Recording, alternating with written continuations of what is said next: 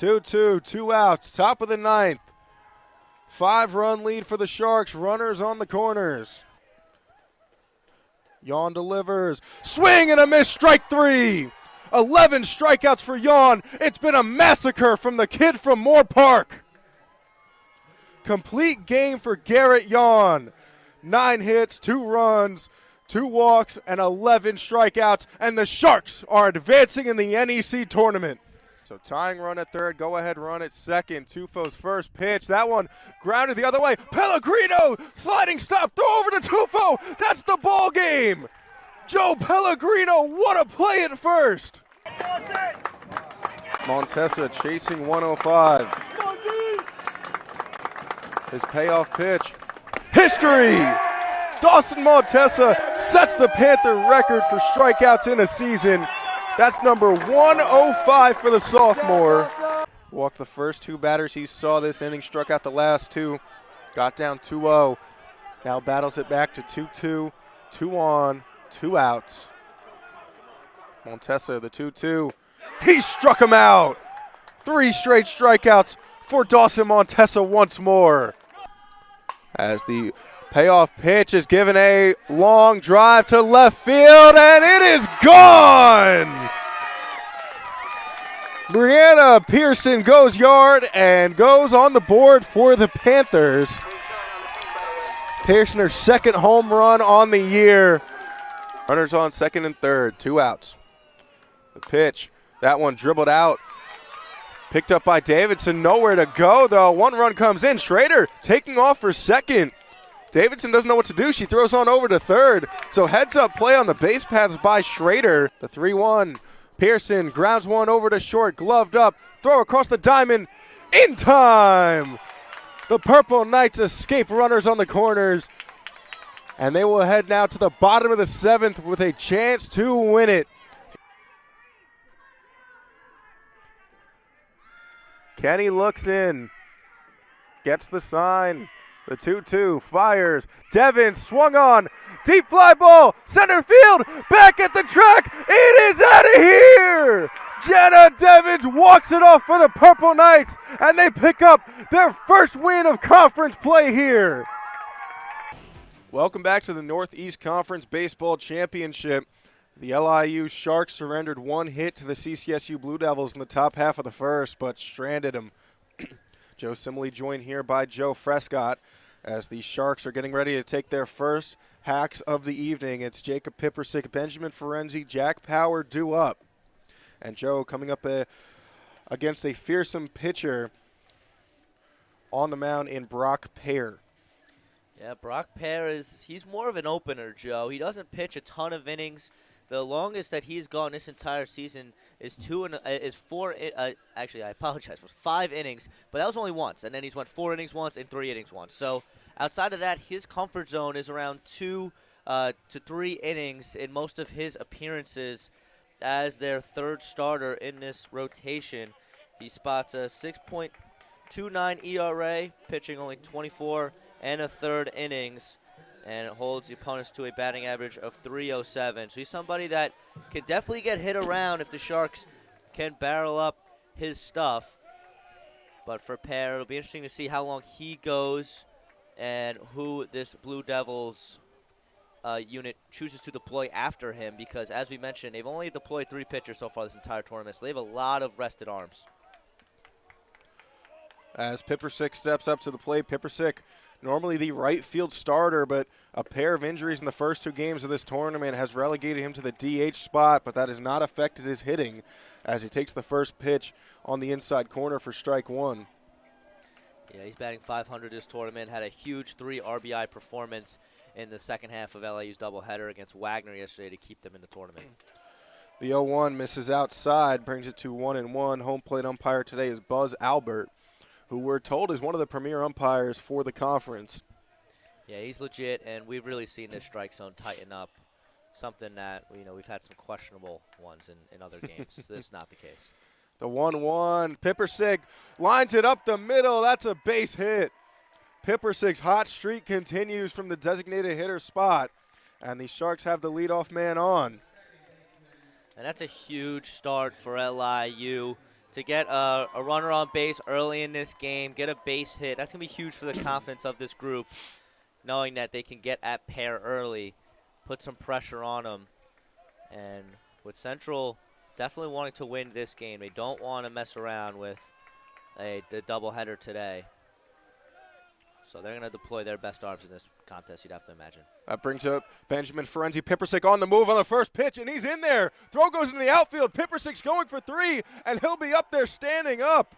Wild throw from Matt Falk, and the Sharks have a runner on third. I love the aggressiveness by this LIU Sharks team to start this game. When we talked to Perillo before this tournament even started, he said, listen, this is our identity. We run in the bases. We're aggressive on the base paths, and they haven't lived up to it as much during this tournament, but when it matters the most, they're sticking with what they do best, and that's running on the base paths. Pippersick extends his conference leading stolen base total to 31. The pitch was called a ball, the second offering in the dirt for ball 2. And, Joe, neither of these teams have thrown out a base stealer in this tournament thus far. Yeah. Both catchers have gotten run on quite a bit in Falk and Durso. And that may really be the difference, is if you can start keeping runners at bay. The 2-0 offering to Ferenzi misses downstairs, 3-0 the count, and Pear quickly getting into some trouble. Pear a 6.29 ERA on the season, the graduate transfer from Salem State. And he doesn't walk a lot of batters, only 18 walks this season, so usually locates. The 3-0, that time he locates, hits it over the middle of the plate. Ferenzi did not have the green light. Count moves to 3-1. At Salem State, Pear was a 2-time all-conference selection, captaining the team in his final 2 years. 106 strikeouts and a 4.38 ERA. The 3-1 to Ferenzi. He offers that. It goes the other way. Line drive. Gets through the hole. That's a base hit. Pippersick comes around to score. Huge at-bat and single by Ferenzi. Ferenzi has not had a great tournament so far, only batting .222 coming into this game, and did not have an RBI until that base hit. That's going to be a huge confidence booster for the senior out of Melbourne, Australia. Huge moment for him and huge moment for the Sharks, getting an early lead in this do-or-die first game of a potential doubleheader. Quick pickoff attempt over to first. Ferenzi slides back in safely. Sharks lead 1-0. Ferenzi on first. Power up to the plate. Nobody out. And that was a massive, massive get for the Sharks, especially with Pippersick going first to third on the steal. Pear's first offering to Power. Power tries to send it to the moon and sends it straight back, fouling out of play. Count moves to 0-1. That ball got stuck on a seat, Joe. It did not move. I think it is actually perfectly placed. I've never seen that before. Not worth mentioning for the sake of the broadcast, but kind of blew my mind, so I had to say it. Power has been the top Sharks hitter this year, has not put in an overly productive tournament as he takes on the outside corner 0-2 the count. Power just 2 for 13 in the tournament, driven in 1 run. But like Ferenzi, you see Dan Perillo sticking with his guys that got him there. And as Ferenzi paid it off here early in this first inning, you see if Jack Power can get going in this championship. Pears 0-2, Power, high fly ball, deep right field, back at the track, the wall, it's out of here! Jack Power, light tower Power, puts the Sharks up 3-0.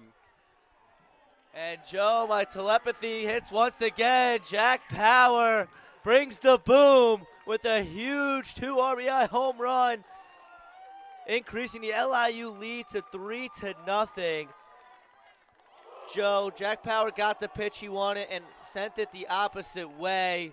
That was really a no-doubter. It was way over that yellow boundary out on the right field wall. What a hit. What a start for this Sharks team. You could not have asked for a better first inning if you're LIU. This is a tone setter if I've ever seen one. 4th homer given up on the season from Pear, 16th by Power. On the 0-2 pitch at that to bring up Ryan Rivera. He shows bunt, gets it down to the left side, gloved up by Brown. Throw across the diamond is true. And, Joe, we've seen Chris Brown be very, very efficient on those bunt attempts over at third base. Yeah, he has been very adept to that. I think that Rivera tried to catch him sleeping, after a huge emotional moment, maybe try to steal a base. But if you're Rivera, I understand the logic behind it as I just outlined, but you've been batting so well. I mean, why not swing the bat? I mean, you have been hitting so well, pairs shaken up. I would have attempted an actual swing there instead of trying to get a cheap base on a bunt. That brings up Noah Sorensen, who takes the first pitch at the knees for strike one. Sorensen 2 for 9 in the tournament, but 5 RBIs. Yeah, Sorensen really got going yesterday. He had a good pair of games, had a double against Central in his first at-bat in the second inning, and then a single in the previous contest, both for RBIs. The 0-1 offering ripped down the right field line from the right-handed hitter, but foul. Brings the count to 0-2. And we're seeing Pear get ahead on a lot of these hitters. It's just Sharks locating his stuff in the zone right now. Pear's 0-2 to Sorensen. Misses way upstairs. Sorensen, a .263 hitter on the season. I think .736. Redshirt sophomore transfer from UConn where he did not play, but has found himself a home here with the Sharks. The 1-2, Sorensen again goes the other way. Foul and out of play over to the Sloop Brewing Company. That is Sloop spelled S-L-O-O-P. And one of Sorensen's strength has been his eye all season long. He's 8th in the conference in walks with 38, and he's already been administered 3 free passes in this tournament. That is tied for the lead. The 1-2 offering misses downstairs. Sorensen now working on a 2-2 count. So that's what makes Sorensen such a difficult batter to get out. It's his ability to hang in counts, and although he did get behind early, you can't throw him anything out of the zone. He's not going to swing at it. Sorensen, a team-leading 38 walks on the year. The 2-2 inside. Count moves to full.